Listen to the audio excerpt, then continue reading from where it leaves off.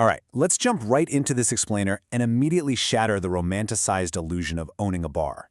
You know the dream, right? You find a great space, hire a charismatic bartender, and basically spend your evenings playing host while the cash register just rings on autopilot.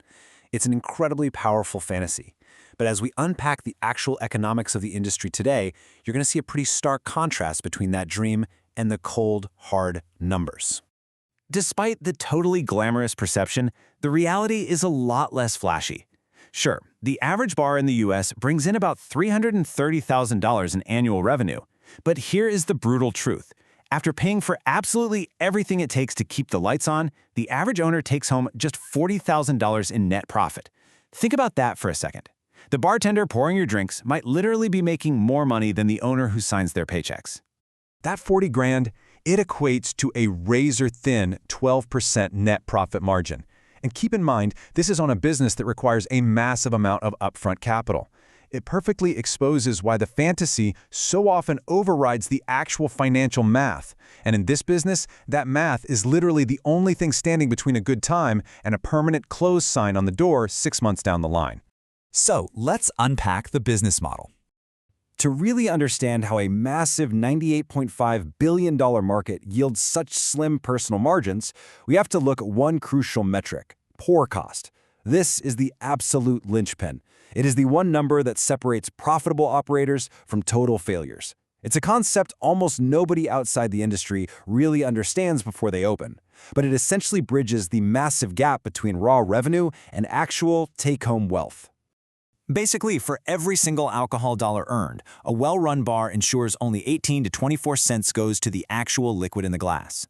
Pour cost discipline is your primary determinant for where your net margin is going to land.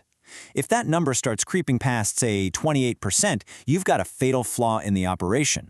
That could mean overpouring, outright theft, or maybe a bartender being just a little too generous with their friends. Moving on to the true cost structure. Before you can even pour a single drink, you're facing startup costs ranging anywhere from $110,000 to well over $850,000 for a full-service, scratch-build concept. And the biggest wildcard here? The liquor license. Depending on your location, the contrast is absolutely wild. We're talking an $1,800 fee in a non-quota state like Wyoming, compared to premium markets in California, where a full liquor license can run you a brutal $300,000 to $400,000 on the open market, simply because the total number of licenses is legally capped. Then you have the build-out, which is the second major cost trap, eating up 40 to 60% of total hard costs. Trying to convert a raw shell space that needs commercial HVAC and fire safety, yeah, that can run upwards of $300,000. This is exactly why the smartest money-saving decision a first-time owner can make is securing what's called a second-generation space. That's a property that was already a bar, meaning you inherit all the commercial plumbing and ventilation. That one move can easily save you $50,000 to $150,000 right out of the gate.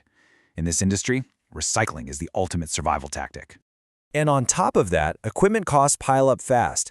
Underbar systems, commercial refrigeration, draft beer lines, they can demand up to $120,000. And hey, if you're opening a sports bar, brace yourself for massive audio-visual investments. That's up to another $120,000. Because no, you cannot legally just use standard consumer televisions under commercial service agreements. All right, let's talk about margins and profitability. So with these massive upfront costs, from licenses to build-outs to equipment, how does a bar actually generate wealth? Well, the answer lies in extraordinary product-level gross margins. Think about it. A $12 cocktail with $3 in ingredients, that's a 75% gross margin. A pint of draft beer, that can hit an 80% gross margin. These are numbers that most consumer businesses couldn't even dream of approaching. At this level, the gross margin looks incredibly healthy. But here's the catch. Those beautiful gross margins are immediately subjected to what's known as the margin squeeze. Operating expenses violently consume about 68% of that revenue. So what you're left with is just 10 to 12% in actual net profit. The middle of this business model is heavily bloated with fixed and variable costs. And labor is by far the largest controllable expense here. Ideally, you want it sitting right under 24% of revenue. But in practice, especially on those chaotic, busy weekends, labor routinely burns well past 30%. And that rapidly devours whatever profits those high-margin drinks just generated. Which brings us to surviving operational challenges.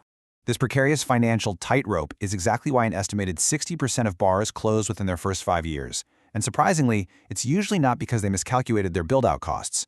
The data shows they typically fail because they were financially starved during everyday operations.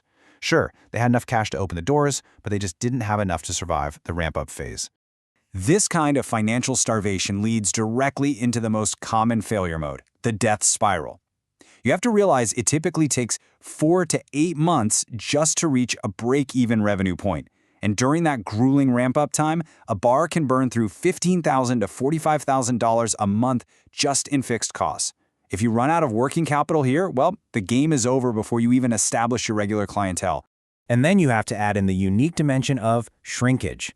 That means overpouring, waste, and honestly, outright theft.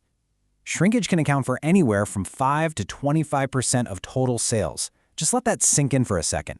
If you've got a bar doing $500,000 in revenue, a mere 5% variance represents $25,000 in lost profit. And since you're operating on a 12% margin, that single 5% error just eliminated 62% of your entire year's net income. It is absolutely brutal. So, let's get into strategy and our final lesson.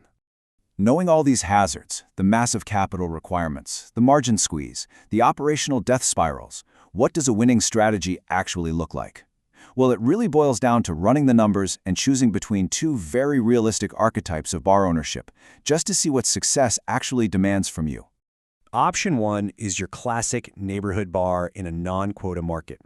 You're going to spend roughly $200,000 to $300,000 to open. You generate, let's say, up to $400,000 in revenue. After calculating that 12% net profit and an owner's salary drawn from operations, your average total take-home is roughly $75,000. But listen, this requires heavy, daily operational involvement. You're essentially buying yourself a highly demanding full-time job, not some stream of passive income. Option 2 is the upscale cocktail bar in a premium urban market. Here, startup costs are massive, sometimes pushing $850,000. It looks like a highly attractive $1 million business on paper, theoretically yielding a $150,000 profit, but in reality, it is a ruthless operational battleground. It demands absolutely flawless operational discipline to actually capture and maintain that 15% margin against some really fierce competition. Now, don't get me wrong, the business absolutely works. Humans have been gathering to drink together for literally all of recorded history. But it only works when you completely abandon the lifestyle fantasy and ruthlessly manage those core metrics. You have to strictly control pour costs. You have to aggressively manage labor. You must fully fund your working capital for that crucial 8-month ramp-up. And above all, you have to treat it like a real business. As the saying goes, the financial math is the only thing standing between a good time and a closed sign on the door 6 months later. Remember, while this whole industry is built on the oldest social ritual in human civilization, hosting and connecting with others, at the end of the day, the cold spreadsheets always have the final say. The math simply does not care about your ambiance. So before you sign that ridiculously expensive commercial lease and start designing your dream aesthetic, you really have to look at this business objectively and ask yourself, are you truly prepared to trade the fantasy of hosting for the brutal reality of managing pour costs? Are you ready for the math behind the magic? Thanks so much for joining me on this explainer today. I hope it gave you a whole new perspective on the economics of your favorite local spot.